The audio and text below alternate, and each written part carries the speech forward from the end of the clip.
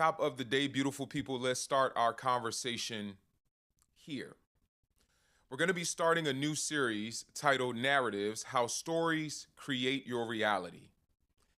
And to start that series, the first conversation we're going to be having is surrounded around the title, The Fear of the Undesired Outcome. I want to start with saying you're not afraid of the outcome. It's not the actual thing that you're facing that you're afraid of, but you're actually afraid of what it might mean. You're not afraid of what's going to happen. You're afraid of what you believe it actually means. I'm going to unpack that for you today.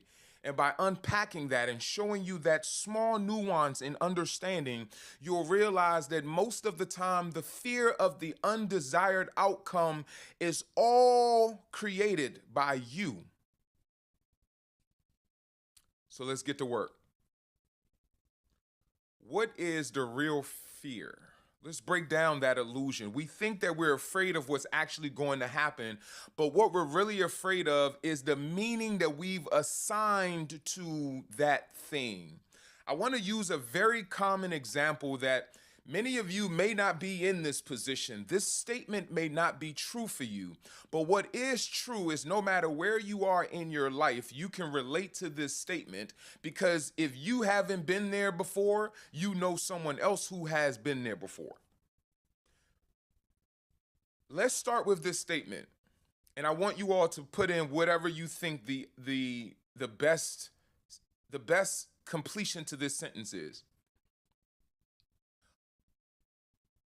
What if I lose my job? Fill in the blank for me. What if I lose my job? Fill in the blank for me. For some people, that sentence alone stirs up panic in them. Just the idea, the thought of it creates some sense. Francis says, I'm retired. Shout out to you, Francis. You've put your work in, right? But for other people, just hearing that statement creates a sense of tension in them. It creates a sense of panic, and not because of the event. Pay attention. It's because of the story that you've attached to the idea of what happens if you lose your job. I'm not asking you to be frivolous with your job or your source of income. I'm using this example again because it's one that we can all generally relate to. If you're not there today, you've been there at some point in your life, or you know someone who is there. And you can think of the panic that you've felt or the panic that they may feel at the idea of losing their job. But what I'm trying to highlight for you in this moment is not even the losing your job that creates the panic. It's the story that you've attached to what happens after the thing or what the thing means to you. So what did you all put in that space? Francis says, I'm retired. Could be losing anything. What else would you put in that space? What if I lose my job? Some of you may say, I won't be able to pay my bills. What else would you put in that space? Some of you may say, I'll be a failure to my family. I'll be a failure to the people that depend on me. I'll be a failure to the people that believe in me. What else would you put in that space for some of you? What if I lose my job? Some people may say, I fear that I will not bounce back. Here's the foundation of this conversation. None of those things are actual facts. Again, I'm not suggesting that you go out here and be frivolous with your employment, right? Favored by God says, lose my sense of security. Exactly. But favored by God, that is not an actual fact. That is what you are attaching to that incident should it happen. I would lose my sense of security. That's not an actual thing. Like, that's not an automatic thing. That's something that you're attaching to it because of all the meaning that you've attached to what it would mean to you to lose your job. I would lose my sense of security because I wouldn't know how I would feed my family. I wouldn't know how I would pay my bills. That's the story. That's not the event that's causing the fear. It's what you've attached to the event that then produces the anxiety, the fear, the unsettling feeling that we end up having to live with. Does that make sense to you, favored by God? None of those things are the actual fact. It's not a fact that if you lose your job, you won't be able to pay your bills. Even though that for many people that are living paycheck to paycheck, that may be an absolute reality that you know that that is the likely possibility, but it's not a fact. And I'm going to show you why I need you to understand that it's not a fact, because you are also a creator in the outcome based on what you believe right now. Those are predictions that are rooted in either fear or past experiences. They're narratives and not the absolute outcomes. But by you believing those narratives, you're taking the raw material and you are creating something. What do I mean by that? Every situation in your life shows up as raw materials. I've talked about this in the past. Shalea says, we was out with the kids skating and he took advantage and tried to use it, and I want to cut him off, but okay, I missed the other part of this, Shalea. My apologies. So every situation that shows up in our life shows up as raw material. What do I mean by that? This goes back to the root of the motto of happy healing, which is the outcome of your life is not determined by what happens to you or the size of the adversity that you face. It is determined by your response. Because no matter what happens, it is all raw material. It's not the event that holds the power. It's your response that creates what happens next. So every situation, every circumstance, every happening in your life is raw material. Let's take this job example that I started with a little bit deeper. If I lose my job, I won't be able to pay my bills. Pause. For so many of us, that thought is so familiar that it just comes out of your mouth without even really fully assessing your situation, without fully assessing if there are real options out there for you. It's just your natural social way of feeling about our attachments to these things. It's so familiar that it feels like the absolute truth for some of you. And here's the thing. I can almost guarantee you that there's somebody right now listening to this conversation that is fighting to hold on to the fear that, no, you're wrong. If I lose my job, I won't be able to pay my bills. Like, you're literally fighting and screaming at your phone right now, arguing with me that I'm wrong so that you can hold on to this fear, when again, the fact is that is not the absolute truth. Even if from your past experience, from your current circumstance, it is the most likely outcome, what I want you to still recognize, it is not the absolute fact of what is absolutely the only thing that could happen. But if you hold on to it as the only thing that can happen, it just increases the chances, the likelihood, and it limits your ability to see any other possible outcome. Does that make sense to you all? Favored by God says, my perception determines my outcome. Absolutely.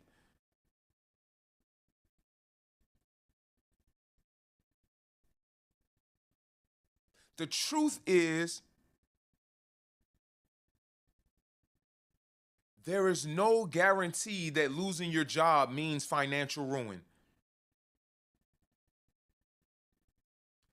I know right now the way that you feel, the way that your life is set up, the way that your bank account is set up, the way that your situation is set up, the way that your circumstances are set up. For you, that may be the most likely outcome, but I want you to let go of your need to hold on to the idea that that is the only possibility.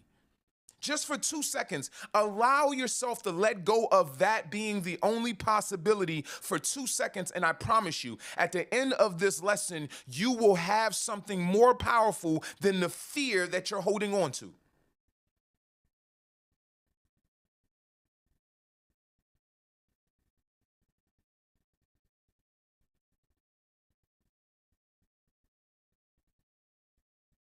I think that says Whitley's passion says came in here the right time. You absolutely did.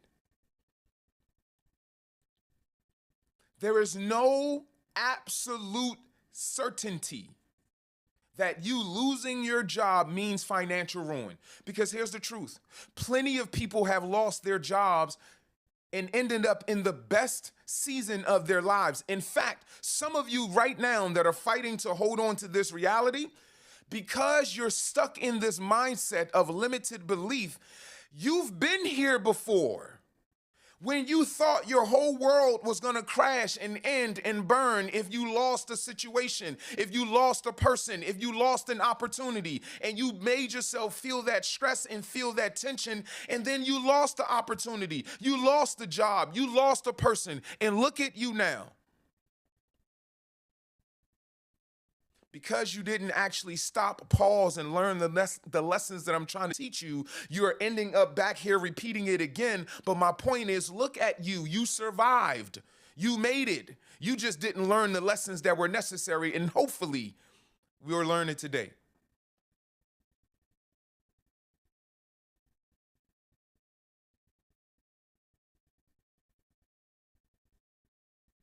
For many people that have been there, at the time that it was happening, you could not see any other outcome because the narrative that you were living by was telling you that that was the only outcome. Joe says, my business was shut down due to COVID for 2.5 years. Now we are better than ever. Imagine when Joe, however hard she worked to have established that business, everybody that went through that global pandemic, imagine everybody's thought and feeling, oh my God, my life is over. It will never be the same again. And many of you gave yourself medical issues. Many of you broke relationships. You destroyed a lot in your life with the thought that the only possible outcome was the worst scenario for yourself. And look at you now. The danger isn't losing your job.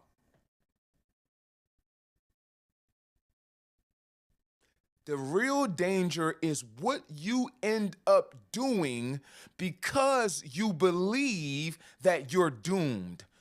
The real danger is what you end up not doing because you believe that financial ruin is inevitable for you. Do you understand that? And I'm going to go a little bit deeper here, and I'm going to show you how your beliefs become reality when you fear the undesired outcome. Because the moment you assign meaning to a situation, you unconsciously begin to create a reality that matches that meaning.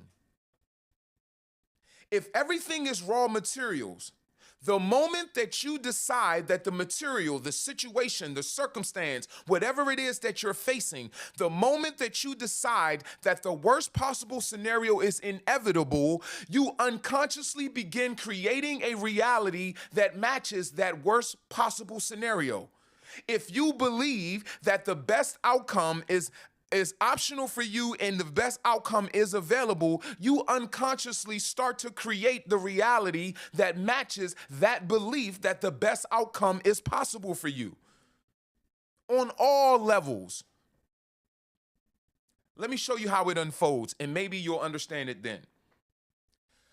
When you assign meaning to the situation, this is how you start to create the reality that matches that meaning that you've assigned to it. Think of the pessimist and think of the optimist. Here's how it unfolds. Your belief says to you, this will ruin me. Your thoughts echoes, there's no way out of this. Your mindset locks it in and says, this always happens to us. Your language confirms this and says, I'm done, I'm finished, it's over, there's no other option. Your actions follow suit. You shrink, you avoid, you miss the opportunities that are available. You start acting in this defensive way. You start responding as if the fight is already over, and that creates the reality that you were trying to avoid.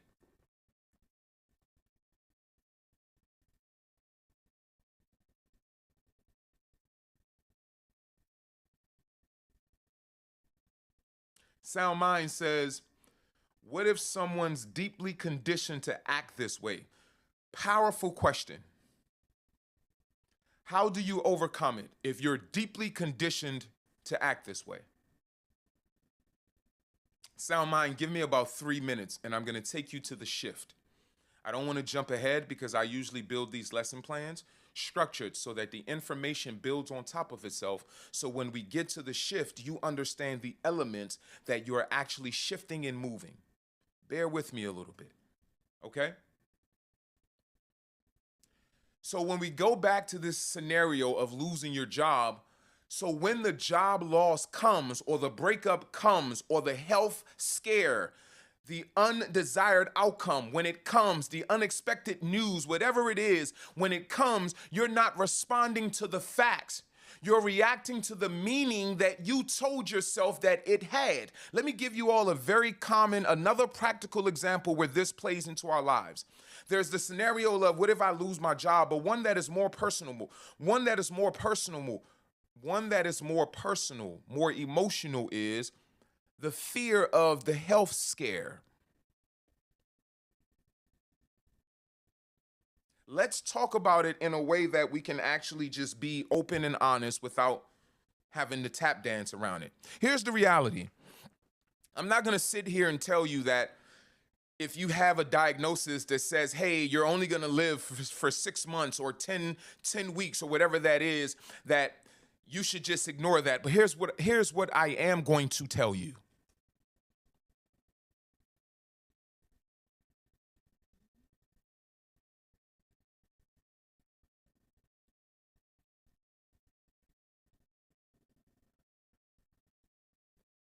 In the moment that you say, if I have, let's put cancer there. If I have cancer, oh my God, this is the end of my life. Everything in my life is ruined. Oh my God, life is over for me. I am doomed. I am done. If that is what you said, I want you to understand, please listen carefully here. And this is the sole core of this message. It's not the you having cancer that is actually creating the misery that you're now going to live in. It's what you just assigned to what it means for you to have that ailment. If I have cancer, my life is over, then create the belief that cancer will ruin me. The thought reinforces there's no way that I can see a better life outside of this because I've already said it will ruin me.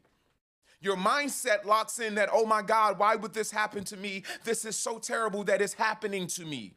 Your language is already confirming all of the thoughts that you're doomed, that you're done, and that you're over. And all of those things are going to lead to the action of a person that has given up on life. Whereas, and I'm not saying to you that this is something simple to do, but I'm giving you power back. The other option to this is, even if the diagnosis comes back confirmed that I have cancer, my life is not over. Even if they come back and say that I have 15 days to live, I'm not going to live my life like I'm limited to just 15 days. I'm going to live my life as every day is beautiful and worth me experiencing to its fullest. Do you understand that the diagnosis is still the same, but the life experience after that diagnosis is going to be drastically different? That is the power that I'm trying to give back to you. I'm not saying that there's some magic wand that you can wave to change your reality. What I'm saying is, on a spiritual level, we are all co-creators of this collective reality. And let me go a little bit deeper into that aspect for you. I often say to people that God is not outside of you, God is inside of you. Listen to this carefully. God being inside of you confirms to me that God is creating the reality that we're experiencing. How so, coach? If God is not outside of us, if God is not some oversized human that lives in some sky heaven and is just watching over us, but if God is actually the essence of life, the energy of life, the consciousness of life that exists in everything that has consciousness, if that is God, then in fact, God is creating the reality. Because if there is a piece of God inside of each of these vessels, then the expression of that piece of God, whether it be good or bad, however we label it, evil or great, the expression of that essence of consciousness outside of this vessels contribute to the collective reality that we're all experiencing. If that be the case, then each of those pieces of the essence of God's source creator inside of these vessels collectively creating the reality means God is creating reality.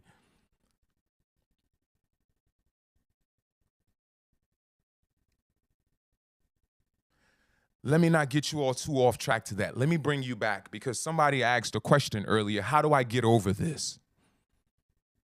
So let's talk about how do you get over it. First, before we jump to that, I want you to understand that back to this thing again.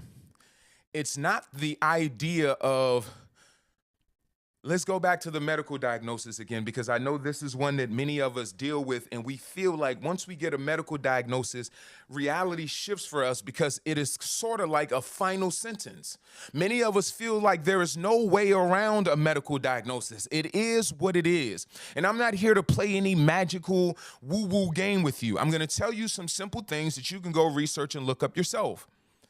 No matter what that diagnosis is, the quality of your life, the value of your life, and even the longevity of your life depends more on your response to that news than the news itself. Many of us live in the fear of the undesired outcome. I don't want them to say that I have this medical condition. I don't want them to say that this thing is going to happen to me. I don't want them to say that I'm going to lose this thing. I don't want them to say whatever it is that you may be facing in your life, but I need you to understand it's not the thing that you're battling. It's the reality that you've assigned to the thing happening. Meaning, if this diagnosis be true, then my life is over. It's not the diagnosis that is going to cause misery in your life. It's your belief that your life is over. Because that belief controls your thoughts, your mindset, your language, and then ultimately your actions. And guess what creates your reality? Your belief, your thoughts, your mindset, your language, and your actions.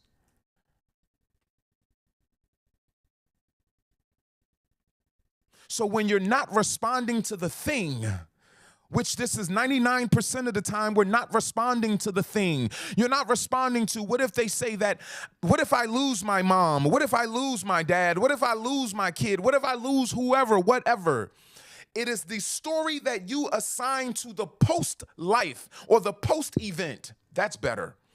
Whatever you envision the post-event to be, that's what creates your misery. That's what creates the anxiety, because you don't have a guarantee of what the post-event is going to be. You're just living by what you have assigned to it.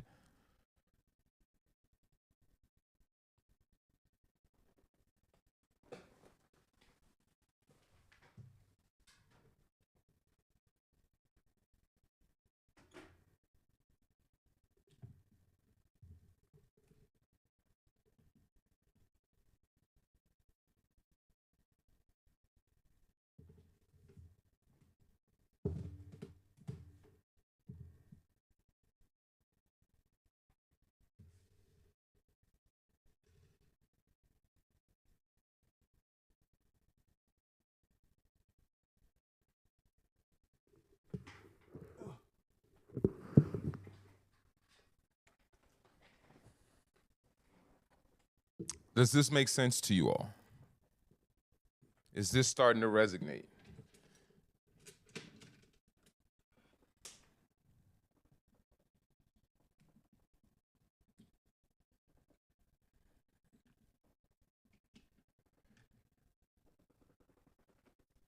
Let's make sure we've got enough battery operating here on all fronts so we can keep the conversation going.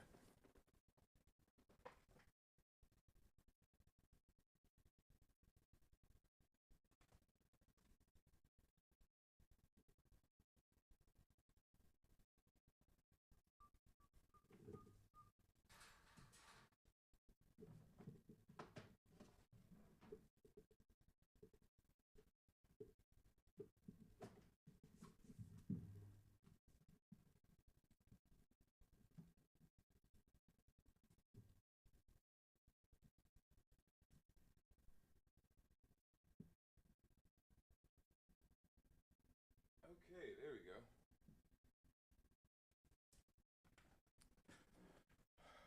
All right, YouTube. I had to make sure you guys didn't get disconnected and that we were still tapped in, and we are. So let's get back to work.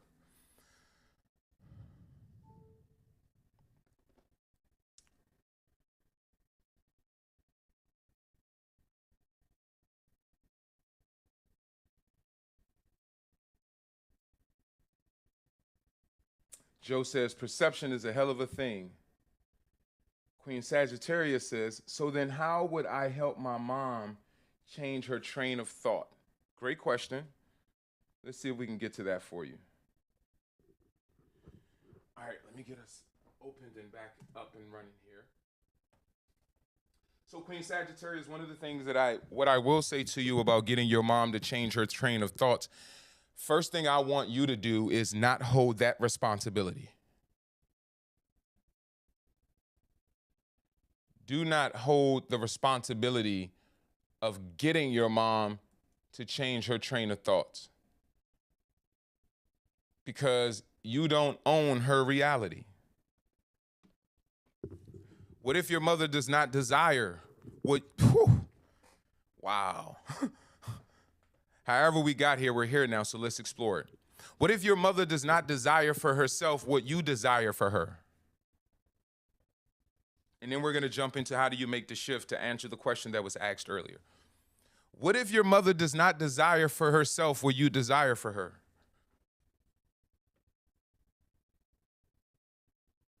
Queen Sagittarius? Because if you desire something for me that I do not desire for myself, you're just setting yourself up to be frustrated with me. And we oftentimes do that for all the right reasons, though. We do it because we love that person, right? Didn't think of it that way. That's where you want to start.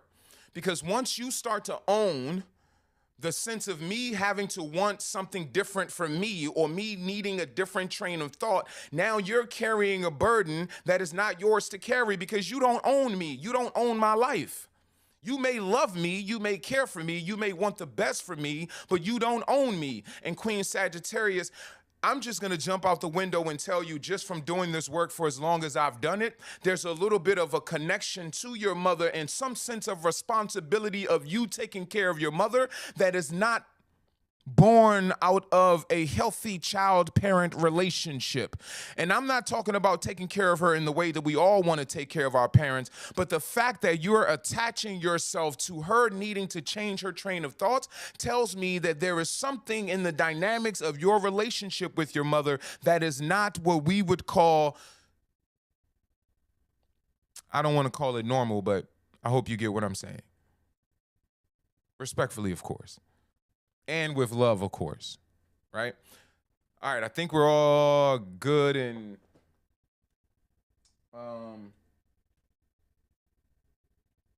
good with batteries and everything. Okay. All right, thank you. Got it. You're welcome, Queen Sagittarius. Now, let's talk about the shift, right? Because someone asked earlier, how do I make this shift? How do I get over this? I forget the exact question. So let's start here. What if you never gave the situation a meaning? What if you looked at every circumstance, every situation that there is a outcome that is not clear, that you don't fully see, and there is a potential that the undesired outcome, or whatever, 50-50, 60-30, whatever the percentages are. But what if you don't assign meaning to the situation? What if you don't, I'm going to dare to go back spiritual here for just a small second. Have you all ever considered the fact that your quote unquote knowledge of good and evil doesn't actually serve you? And all I mean by that is your ability to determine that a thing is good and evil is not based on reality. If we set aside the societal judgment of good and evil, right? Let's set that aside because that's a different conversation. I'm just talking about in your life, your ability to determine that a thing is good or bad for you is not based on your current reality. It's based on your past experiences, most likely your fears. What if you looked at every circumstance, every situation in your life as just simply raw material? And then you asked yourself, no matter how bad the circumstance or the situation, what if you simply looked at it as raw materials and you asked yourself these 3 or 4 questions? 1, what can I build with this? Wait. You mean to tell me in the middle of things falling apart in my life, you want me to stop, pause, and ask myself, what can I build with the rubble? Oh, raw materials, things falling apart, it's still materials. So no matter what, how, when I get the materials, it's all still, somebody say it with me. What is it all?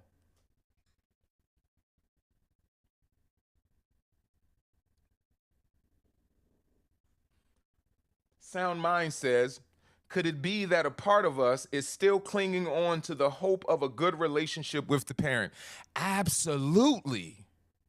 Here's the thing, though, Sound Mind. Let's go a little bit deep. Well, actually, let's hold that thought. Let me finish where we were just now.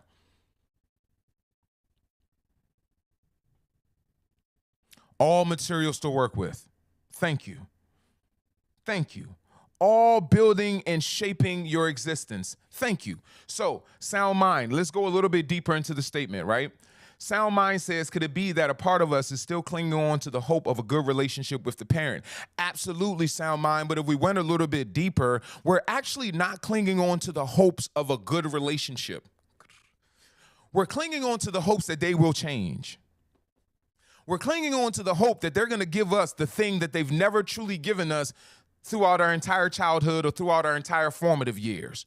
Because the reality is, if I am in my adulthood, the relationship that I have with you is not hopeful. It's based on what I want it to be, based on how I choose to interact with you. So if I am still hopeful, there's really this sense that I hope that you change. I hope that you give me the thing that you've never really given me. That's why, to my love, Sagittarius, that's why I hope that your way of thinking changes, because deep down inside, my hopes is that if your way of thinking change, you will finally be the parent that I desired you to be.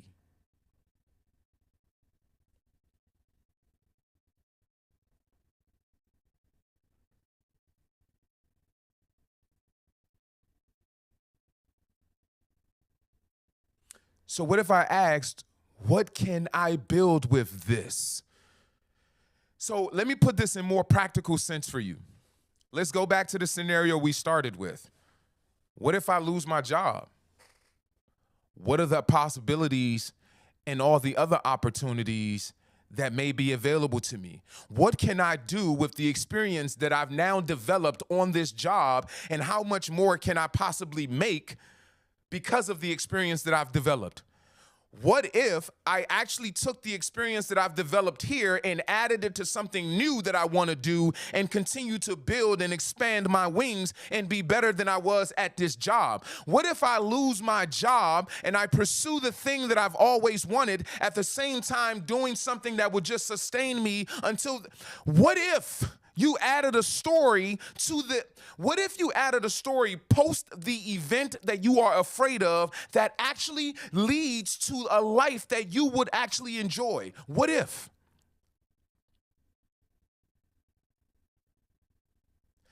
So if you looked at it as raw materials, no matter what life gives you, you can always think, what can I build with this?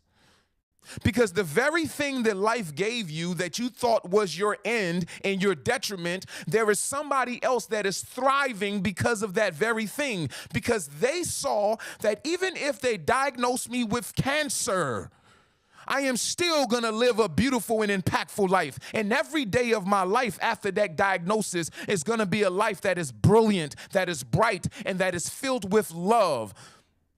What if? Ask yourself another question when you see it all as raw materials. What else is possible here? Part of the thing that the fear of the undesired outcome does, it puts a dome over your creativity.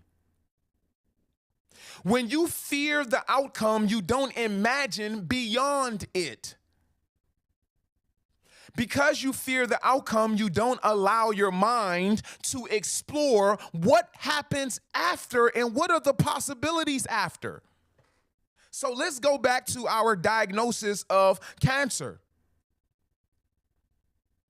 What else is possible if they diagnose me with cancer? What are the possibilities of what I can do with my life? The moment that you ask yourself, what are the possibilities beyond the event or the outcome that you're fearful of, the dome falls from over your imagination and you can envision beauty, life, joy, happiness beyond the event that you're avoiding as your undesired outcome. Does that make sense?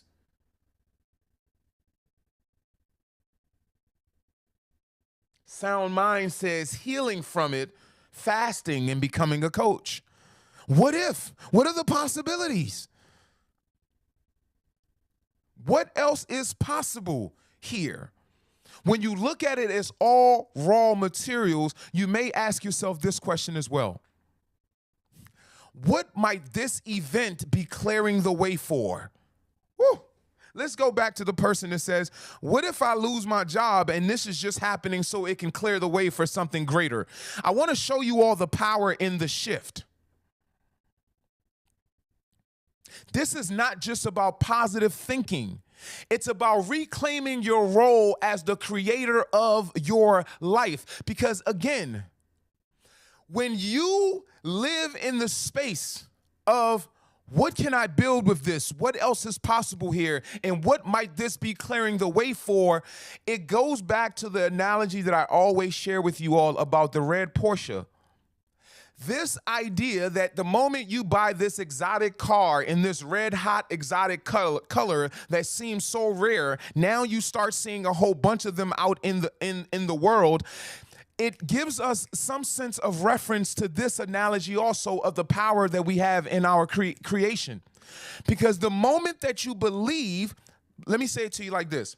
The moment you possess the exotic car in the exotic color, you start seeing more of it in the world. It's because you now possess it and your consciousness is now more aware of it, right? The moment that you possess the optimism that the outcome of this has possibilities of good for you, now that you possess that optimism, you start to see the evidence of it in the world. What did I say to you all a minute ago?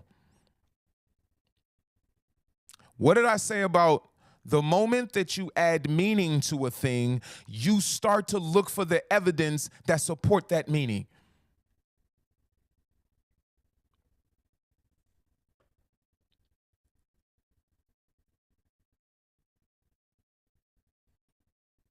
And not only that, this is how I said it.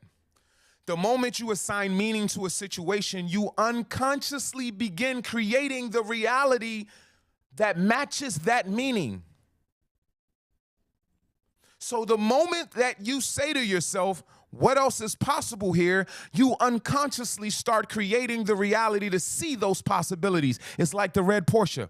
Unconsciously, you start seeing the possibilities of what you can create because you asked the question. You removed the dome from over your mind to see the possibilities because you didn't stop at the fear of the undesired outcome. You allowed yourself to think, what else is possible if the outcome that I don't desire actually happens?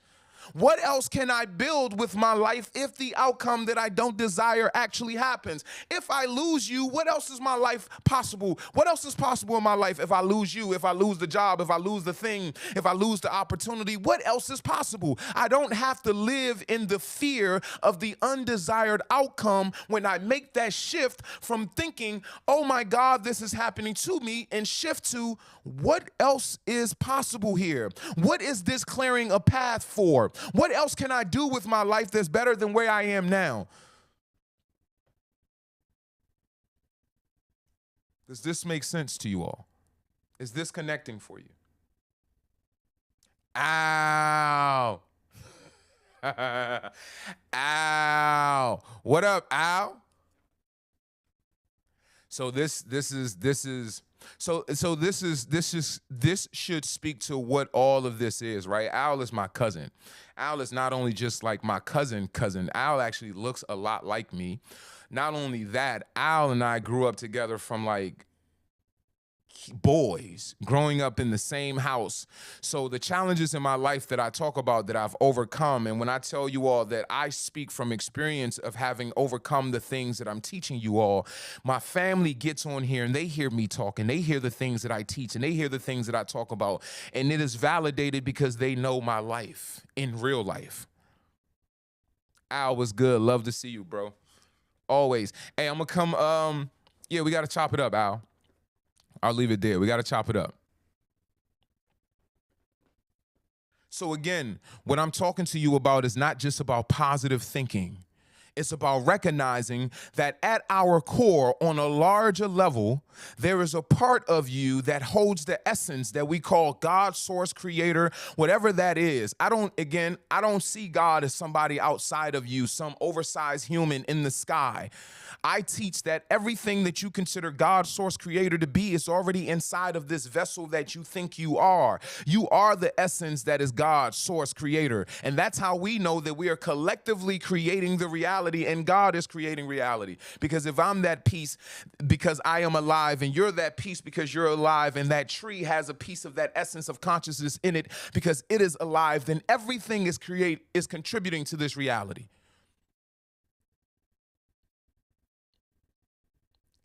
Here's a truth that I want you all to hold on to.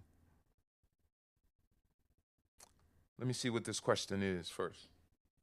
Favored by God 6 says, what if it led me to a path of inner healing? I'm not familiar with I'm not putting association to the question, but if anything led you to a path of inner healing and not searching outside of yourself, or if maybe I can associate the question now. And if you're saying, you tell me what the question is, I won't try to make sense of it. But let me give you all this wisdom nugget. The fact is, we're not here to live out the worst case scenarios of our life so that we can prove our deserving of a better life after here. That's not what this is. That concept and idea is built into religious practices that tell you that God is not only outside of you and separate from you, but God is waiting to punish you if you don't satisfy this God that is outside of you. And that is how they teach you to accept suffering here, not realizing that we are all collectively contributing to that suffering because of these belief systems. You may not be the person that's causing harm to another person, but your religious belief systems has you accepting that that harm is okay because God willed all of this to be. when your silence is a contribution to that suffering. Because if we all collectively understood that it is our desire that creates the reality, and if we desire a world that is better than the one that we are experiencing, then we don't need to pray for that change. We can create that change. And this is on a micro level what I'm teaching you about your own life. You don't have to sit and pray and wait for God to change somebody else's will so you can have your desires. Because that's what a lot of your prayers are. God, let me get the promotion. Whose free will needs to be changed so that your prayer can be answered? And then tell me, how does that align with your religious belief? Because when you pray for a scholarship, a job, when you pray for a blessing, when you pray for whatever favor that you pray for in the world of human beings, it most likely requires someone else's free will to be changed for your desires to be met. And that's not reality. I'll tell you all this, though. Again, I hope I'm not getting too spiritual for some of you, but when I teach you all that prayer doesn't work in the way that you think it works, I'm not saying that prayer doesn't work. In fact, let me give you all this foundational understanding. Prayer works not because you prayed, but because you believed that it worked. Isn't that what they teach you in your religion? But let me show you something. Religion does not use the power of God outside of you to convince you that the religion is real. Check this wisdom. Religion uses the power and the essence that is inside of you. Because if I told you that it is your belief that empowers things to happen, then I can tell you that if you prayed hard enough and believed in the prayer, it would come to pass. That's me tapping into your what? Faith. If I need your faith in order for something to happen, that means the power lies where? Let's not talk about that. Let me finish this for you all so we can wrap up this beautiful understanding of how do we overcome the fear of the undesired outcome.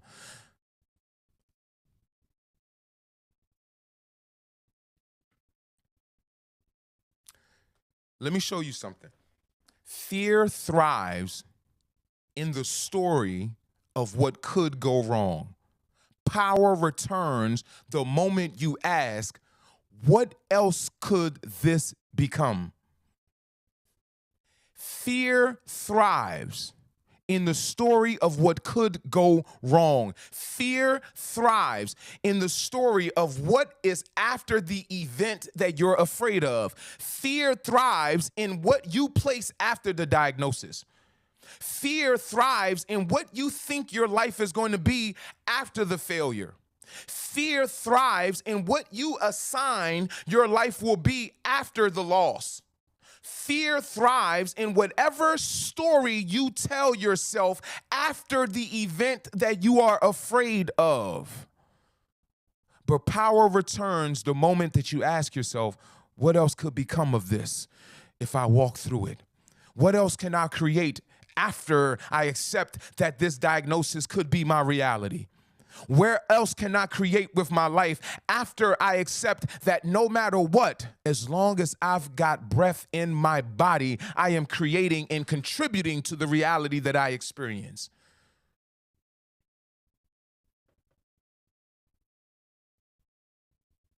What situation in your life are you currently fearing? And what meaning have you attached to that situation that is producing that fear? Let's go a step further.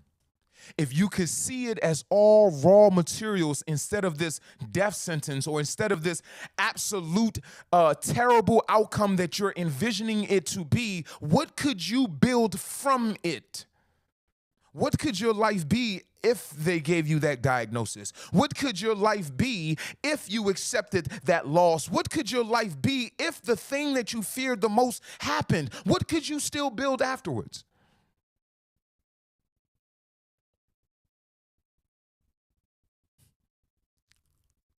This conversation is about asking you basic questions and then giving you an opportunity to act.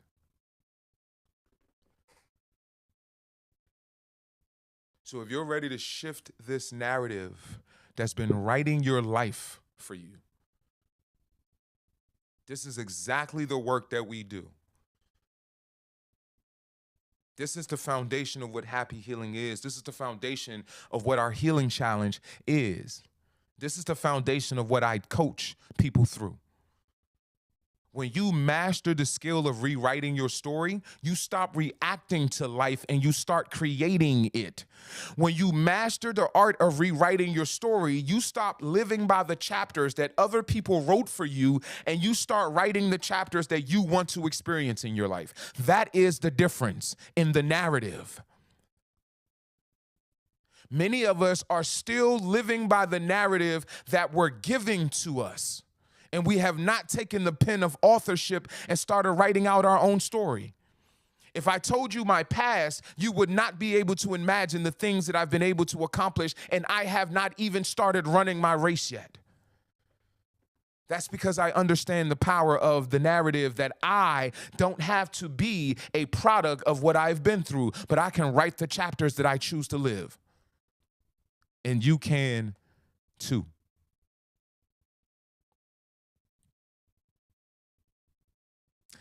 Our Trauma to Triumph Challenge starts this month. We're in week number 2. We accept new enrollments up to week number 6 because by the time we get to week number 6, you've missed too much. As of right now, you can still use the promo code FIRMDECISION2025 and save a significant amount on your enrollment. But if you've heard this message and if it's resonated with you, then don't miss out on this opportunity.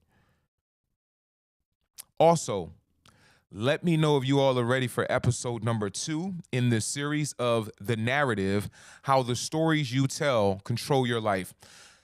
Episode 2 is going to be The Meaning-Making Machine.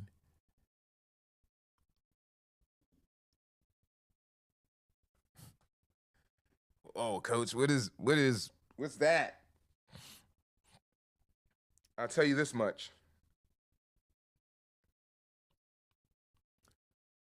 There's a part of you that adds meaning to everything that happens. And when you understand how to control that part of yourself, you know how to take control of the narrative. It's like the writer's room in your life. When you can take control of that part of your life, you take control of the narrative. All right, so tap in. This has been another meaningful conversation on the platform of the Courage to Heal podcast. This is the beginning of a new series that we're doing titled The Narrative Effect, How the Stories That You Tell Control Your Life. This has been episode number 1, The Undesired Outcome. Stay tapped in, stay tuned in. For all of you joining us on YouTube, thank you for being a part of this conversation. Please do like and subscribe to the page so that you don't miss out on new content, as well as click on your notification bell so they tell you whenever we post new content. As always, I love you all and happy healing.